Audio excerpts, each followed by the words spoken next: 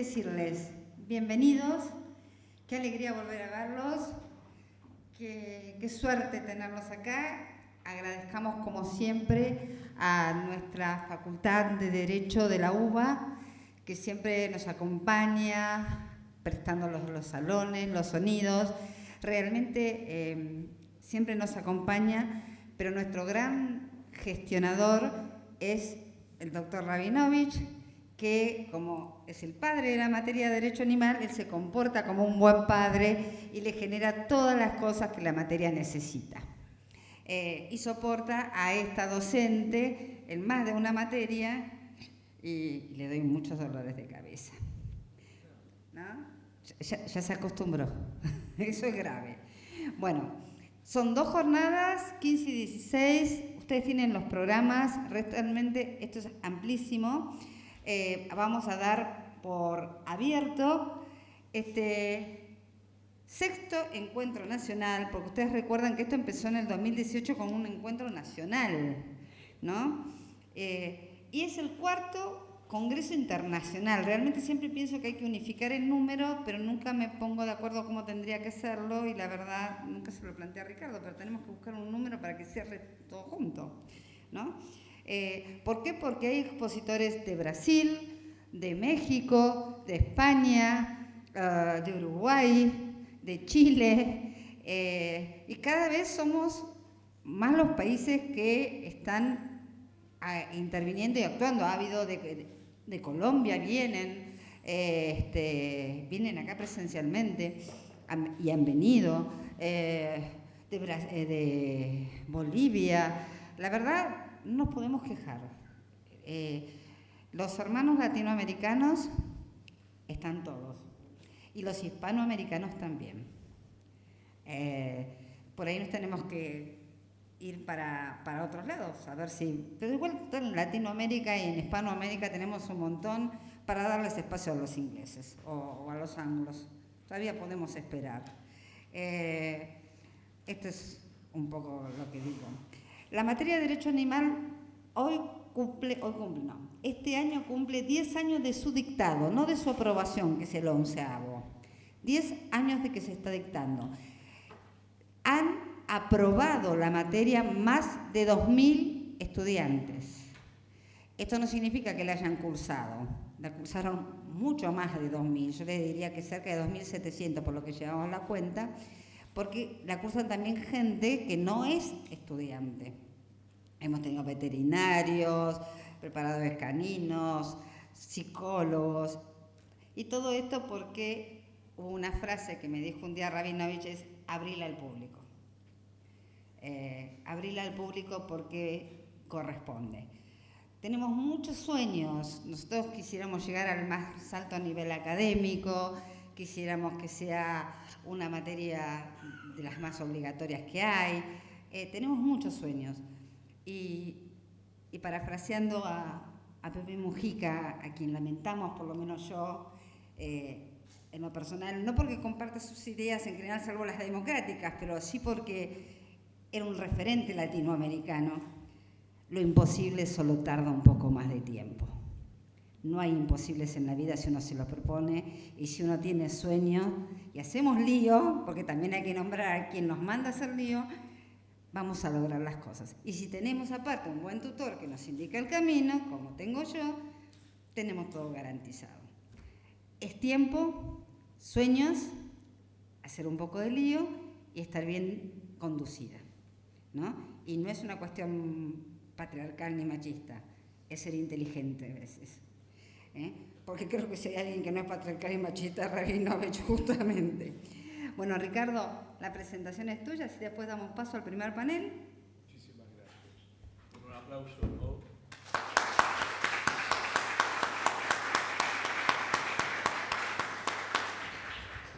Bueno, muy buenos días. Disculpen, por favor, las demoras que hemos tenido, gente que está en el Zoom también. Son demoras características de problemas de infraestructura que solemos tener en Latinoamérica y particularmente a veces nos tocan en las vapuleadas universidades públicas. Yo quiero empezar agradeciendo a Vicky, a la profesora María de las Victorias González Silvano, por varias razones. Primera, por haber instalado el tema de la consideración jurídica de los animales no humanos. Alguna vez tendríamos que empezar a considerar un poco más. A mí me gusta mucho, yo insisto mucho en la terminología de animales no humanos, pero en última instancia lo que me parece es que tenemos que empezar a considerarnos como animales, ¿no? Entonces decir, bueno, animales no humanos es insistir en la separación, ¿no? En esa separación que tiene entre nosotros en nuestra cultura un origen bíblico, ¿no? Esa idea de que nosotros somos hechos a imagen y semejanza de Dios, pero los demás animales no, ¿no? Y nos resultaría terriblemente chocante dentro de la cultura bíblica, judía, cristiana, musulmana, imaginarnos a Dios con cara de chimpancé, ¿no? Y en ese sentido, por ejemplo, la visión budista, ya sabemos que el budismo no es una religión, es una manera de ver el mundo, pero que, por ejemplo, en la religión budista está muy claro, sabemos que Buda no es Dios, es un ser humano, pero también hay Budas entre los animales que no son el ser humano. O sea, hay oportunidades en las que el Buda se encarna en un tigre o se encarna en otro tipo de animales no humanos. Y en el terreno cristiano, la importantísima figura que tanto le gustaba a Jorge Bergoglio, que adoptó su nombre como papa, de Francisco de Asís, que tiene dentro de una religión que tiene una posición en general bastante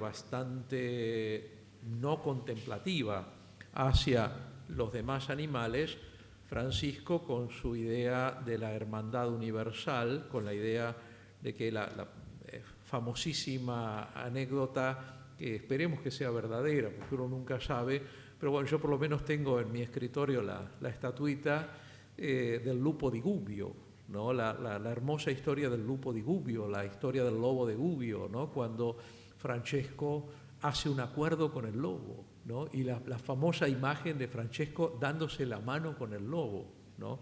Y diciendo, bueno, el lobo tiene hambre, entonces vamos a buscar de qué manera llegamos a un acuerdo, pero no matéis al lobo, ¿no? No lo matéis, es un ser no humano, es un ser natural que tiene hambre y que quiere satisfacer esa hambre de alguna manera, entonces busquemos cómo hacemos, ¿no?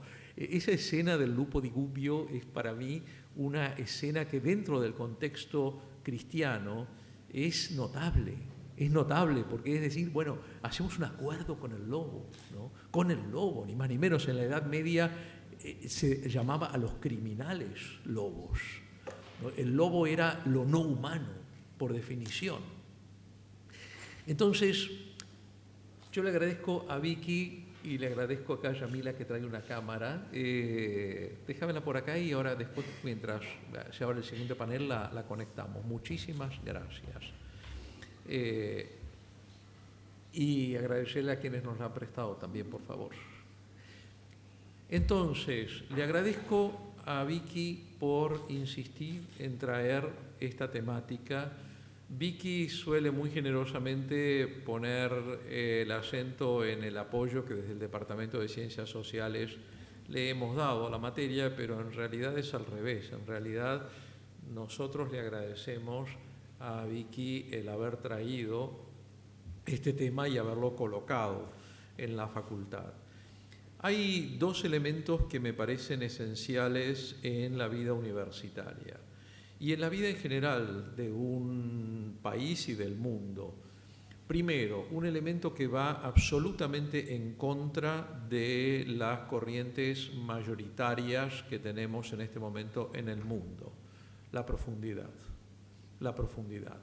Nosotros vivimos en este momento una crisis de superficialidad en la cultura mundial sin precedentes. Sin precedentes. Yo creo que nunca en la historia de la humanidad la superficialidad ha sido tan grande y ha ganado tanto poder. O sea, el hecho de que tengamos gente al frente de países muy centrales y de otros países no tan centrales que basan todo su esquema en la superficialidad es algo preocupante, es algo problemático. Recién lo mencionabas al eterno Pepe Mujica y él lo dice en un reportaje hace poco tiempo, que dice: a mí me preocupa que Estados Unidos haya elegido al presidente Trump. Me preocupa por lo que eso significa del estado de la democracia y el estado de la visión de la política en el mundo contemporáneo, porque Estados Unidos no es cualquier país. Y que Estados Unidos haya elegido a una persona como Donald Trump es muy significativo, muy significativo. Yo agregaría a otros presidentes más, pero el PP era cuidadoso en esas cosas. Lo cierto es que frente a ese cuadro hay una sola alternativa, que es empezar a considerar que hay que pensar las cosas sin miedo, hay que escucharse en la diferencia, hay que vivir en la diversidad. El que no piensa como uno no es un enemigo, un monstruo o cualquier otra cosa. Es una persona que piensa distinto. Las universidades tienen que ser el templo de resistencia del pensamiento abierto a la diversidad. Y esto quiere decir del pensamiento crítico. Entonces, estas materias, como la que trae Vicky, son materias para discutirlas. No son materias para crear una nueva religión. De eso ya tenemos bastante. No son materias para establecer pensamientos que no aceptan diversidad. Son materias para sentarse a conversar. Yo he tenido el honor durante varios años de trabajar en Génova bajo la égida de Luisella Battaglia. Luisella Battaglia es una de las mayores... perfecto. Muchísimas gracias.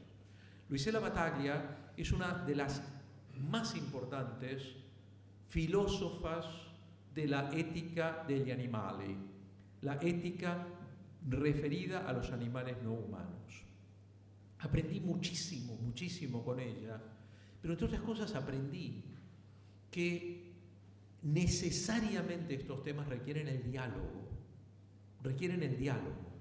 O sea, decirle a una persona: porque comes carne eres un nazi, más allá de que los nazis no comían carne, pero que porque comes carne eres un nazi, eso no sirve para nada.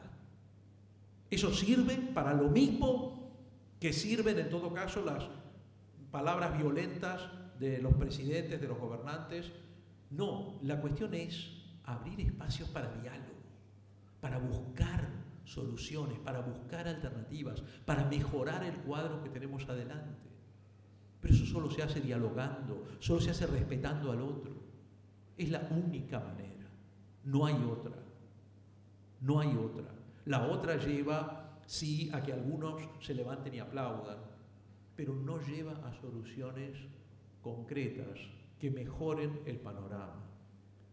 Y yo, en ese sentido, destaco muchísimo la actitud de Vicky. Nunca le vi en todos estos años a Vicky una actitud fundamentalista. Nunca. Siempre la he visto con una actitud de diálogo, de abrirse a escuchar al otro y de buscar cómo hacemos para ir más adelante. Y esto lo quiero destacar mucho. Y el otro aspecto, yo siempre me he sentido discípulo a la distancia temporal, no física tanto, pero sí temporal, de quien yo considero que fue el más grande pedagogo, después de Sócrates posiblemente, a quien él seguía, de toda la historia de la humanidad, que es Paulo Freire. El hecho de que Paulo Freire fuera objeto de persecución, su pensamiento y demás durante el gobierno del presidente Bolsonaro me hizo ser más discípulo de Paulo Freire. Pero Paulo Freire insistía en que la docencia no puede quedarse en lo teórico, que tiene que pasar a lo práctico, que tiene que ser práctica y tiene que pasar a la práctica. Bueno, a partir de la materia de Vicky, se ha, por ejemplo, potenciado la ley que protegió en Argentina a los galgos. Dígame que no. Sí, pero fueron muchos porque pelearon por eso. Bueno, ya sé, pero surge en gran medida. Por eso el Departamento de Ciencias Sociales ostenta hoy un afiche muy bonito, dado por el Senado de la República Argentina, con unos galgos felices.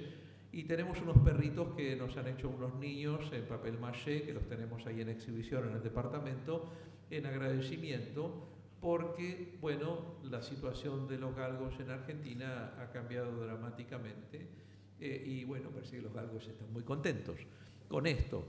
Y ahora vamos a ver si empezamos a trabajar bajo la dirección de Vicky en llevar a la legislación algo que Vicky acaba de obtener hace muy poquito, una sentencia crucial que ha dado lugar a una indemnización por la muerte de una perrita siberiana, que además era de mi hijo, y que empieza a llevar adelante el camino de considerar la familia multiespecie desde un punto de vista jurídico. O sea, vamos a ver, todas las personas acá que somos gateros o perreros, por decirlo de una manera popular, sabemos perfectamente que un gato o un perro no son una cosa. Y que el perrito o el gatito que nos espera en casa, y me imagino que otros animales también, que nos espera en casa, no es una cosa, es un miembro de la familia. Hace un rato hablábamos de los nazis y varios de los testimonios de personas que sobrevivieron al Holocausto cuentan como uno de los momentos más terribles era cuando los nazis obligaban a los judíos a entregar sus perritos y sus gatitos que eran eutanasiados inmediatamente.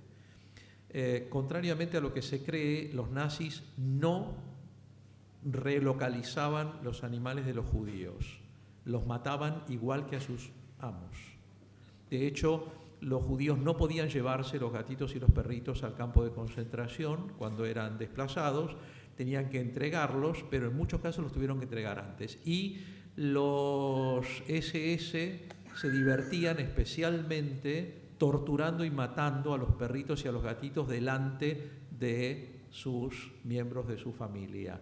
O sea que la nena, y por ejemplo Ana Frank recuerda en su diario cómo tuvo que separarse de su gatito, que no me acuerdo el nombre del gatito ahora, pero tuvo que separarse de su gatito, y en cambio uno de los elementos felices que tiene después en su escondrijo en Ámsterdam es que Peter, el muchacho que viene al refugio con la familia que viene con ellos, trae un gatito, ¿no? Una gatita. Y realmente este camino de pasar ahora a lo legislativo, o sea, modificar la legislación en el sentido de que sea legislativo el grado de la familia multiespecie y la consideración que tengan los animalitos no humanos o animales no humanos, algunos son bastante grandes, que viven con nosotros y que comparten nuestros momentos y que realmente, vamos, quien no entiende esto, qué lástima. Ahora, la cuestión es, en el intermedio, participaciones que hubo a través de la cátedra. Por ejemplo, en el caso de Sandra. Sandra, una hembra orangután, no es completamente correcto decir orangutana, una hembra orangután, una señora orangután, cuando me citaron como amicus curiae o como perito, una cosa así, en el tribunal yo le comenté a la maravillosa jueza, que aparte tiene un apellido muy idóneo para este tipo de casos, se llama Liberatore, ¿no? O sea, vamos, qué mejor apellido que ese. Había justamente, se trataba de liberare, ¿no? Y entonces, bueno, qué bueno tener a la jueza Liberatore. Y yo le comenté a la jueza el origen del nombre orangután, porque orang-utang significa, en la lengua de las islas de la que son oriundos los orangutanes, significa señor que vive en la selva, ¿no? Entonces, en lugar de decir orangután, deberíamos traducir al castellano y decir la señora que vive en la selva. Solíamos llamarla Sandra. En realidad no sabemos cómo se llama porque tenemos bastantes evidencias de que a su manera los grandes simios se autoidentifican y por lo tanto es posible que Sandra no se llamara Sandra, que se llamara, por ejemplo, o alguna cosa semejante. Le solemos llamar Sandra. Ojalá algún día podamos entender los idiomas. Habría que beber la sangre del dragón Fafnir para poder entender el lenguaje, por lo menos, de los pájaros, ¿no? Y luego el lenguaje de los demás animales, como el Dr. Dolittle. ¿Se acuerdan que el Dr. Dolittle hablaba con los animales? Entonces, tal vez sería interesante eso. Y quiero cerrar, primero, bueno, vaya mis felicitaciones, y quiero cerrar con un factor, porque me gusta mucho hablar y vos te enojás, pero quiero cerrar con un factor que me preocupa terriblemente. Una de las características que han estado normalmente delante de todas las grandes violencias públicas, genocidios o matanzas o grandes episodios, ha sido la animalización, entre comillas, del enemigo. La superficialidad a veces es pasmosa. Los mandriles son una de las especies animales con mejor organización social que existen sobre la Tierra, con la particularidad de que, a diferencia de otros grandes simios, las llamadas, entre comillas, porque en realidad el nombre es despectivo, hordas de mandriles, tienen cientos de individuos. Más o menos el promedio, según los estudios en África, que es el lugar originario de los mandriles, es de aproximadamente entre 600 y 850 individuos en una comunidad de mandriles. Son comunidades de enorme respeto mutuo, son comunidades gobernadas por hembras. Son comunidades matrilineales y gobernadas por hembras. Son comunidades que tienen sistemas políticos de gran coexistencia y gran paz interna. Contrariamente a lo que puede pensarse, los impresionantes caninos que tiene el macho de los mandriles no son utilizados normalmente en peleas dentro del grupo, son utilizados en peleas contra otras especies, no dentro del grupo. En general, el mandril disputa dentro del grupo colocándose en posiciones de poder y gritan bastante impresionantemente. Y la lucha por el sexo normalmente tiene mucho más que ver con los colores, porque como ustedes saben, el mandril, como dijo Darwin en su momento, es la especie de mamíferos más colorida que existe sobre la Tierra. Pero los mandriles tienen una característica aparte. En el momento de la situación sexual oportuna, las hembras tienen un crecimiento en la parte trasera, digamos, de la hembra, que hace esas características colas rojas y se pone muy rojo ese color, y esto llama mucho la atención de los machos y aparentemente también ellos se manejan mucho, tienen un extraordinario olfato y se manejan mucho con el olfato, y esto parece que también genera un olorcito que a los machos los vuelve locos. Entonces, llamar a los que no piensan como uno mandriles, como se ha generalizado en la República Argentina por parte de quienes detentan el poder o siguen a quienes detentan el poder, es tan pasmosamente superficial, porque la idea es llamarlos mandriles porque tienen la cola roja, y eso lo vinculan con la homofobia galopante que están sosteniendo, considerando que la cola roja debe ser porque tienen mucho sexo anal.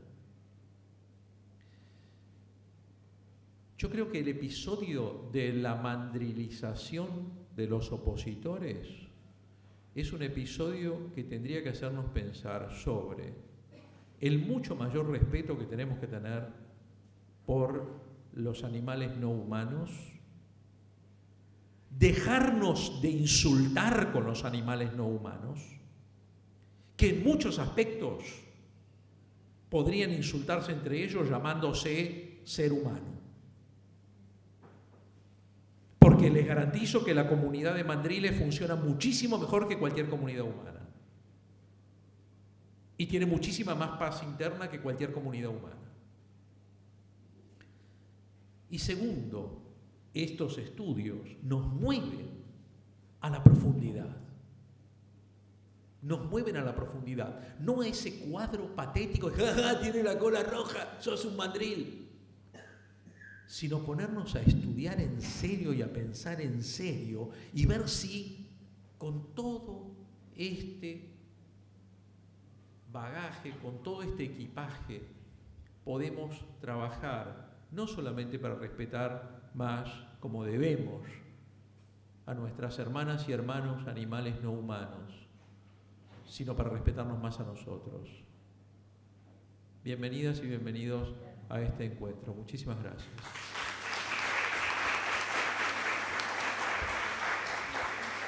Bueno, gracias. Siempre nos trae alguna historia o alguna relación con alguna especie de los otros animales, Ricardo, cuando no son los delfines, son los lobos, hoy los mandriles. La verdad, a mí no me ofenden que me digan mandril. No me ofenden que me digan delfín, no me ofenden que me digan gorila y no me ofenden que me digan lobo o lo que quieran. Me ofenden que me digan monstruo.